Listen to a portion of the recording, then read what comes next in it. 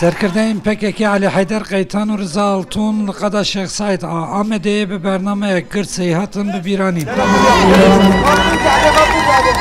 برنامه به پیشنگی دموده به پیاتل درخستن و دو چلاکیا به بیرانی نده لگل ملباتن هر دو سرکرده‌ام جگلک باجارن جدا ولاتی و دایکن آشتیه سیاستمدار لیلا زانا پارلمانتر و برپرسن دم پارتی و DBP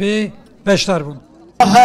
Ya Hızır, ya Düzgün Baba, ya Pir-i Evliya-i Dersimi, Bismillah ya Hak. Sala 1925 ve qade Şeyh Said hat katil kirin. Le İro amberi xodane neviye Şeyh Said bir milyon anın her qade nedengi xo bilind diken. Eva 100 sala ser ve ahir daxazametini eva em bejin bila yeketi bi,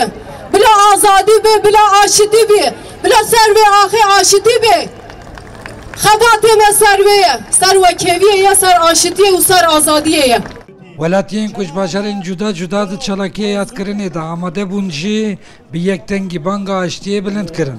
بیشتر هری زده دل دایی کای چند امجی دایی که تاسیتی نمید زیرا بهتا هاتین ام زمان خواد خوازن کملی که خواد خوازن در حس و زندانا و بیت امجی وگ ملت دنیای همیه اما بخدا کملی و زمان و سروکی خوا و گله خوابن بلا نبشر بد نگوشتن بد نگرتن بد بلا دی جنازه مش حبس زندان دا سرمدا نون حتی کنگی ادی بس اتخوازم ام هر چهار پارچه کردستانی ام بردی سری دو ام ببن یک حتی ام نبی یک رجمچه یک بی یک بلا ام دست خواه بدن هب ما حتی کنگی ام بی کملکا خود خوازن ام مکتبا خود خوازن ام عفسیه خوی گرتی نخواست دعفساده قصة زدرب دخوازن ام هر کسی خواه برا ام و ایسان وکف دبن ما ایس کسانجی ما زان کسانجی ما نهقی کسانجی ما ایسکنزا کسانجی ما اولاد سی تورنی خو اولادکی خود ویرید وندا کریه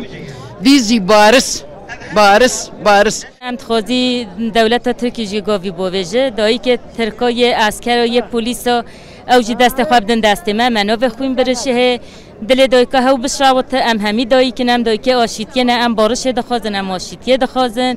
Cancı Destan Ali Haydar Qaytan و Rıza Altun deşkerekirna encama kongre 12 ya xofesekirini ya PKK dahat bu ragahandın u reberi PKK Abdullah Öcalanji jigrava İmraliye peyamek ku xemgini ya xwa radikant şandı bu. Zalmı dersim serotsa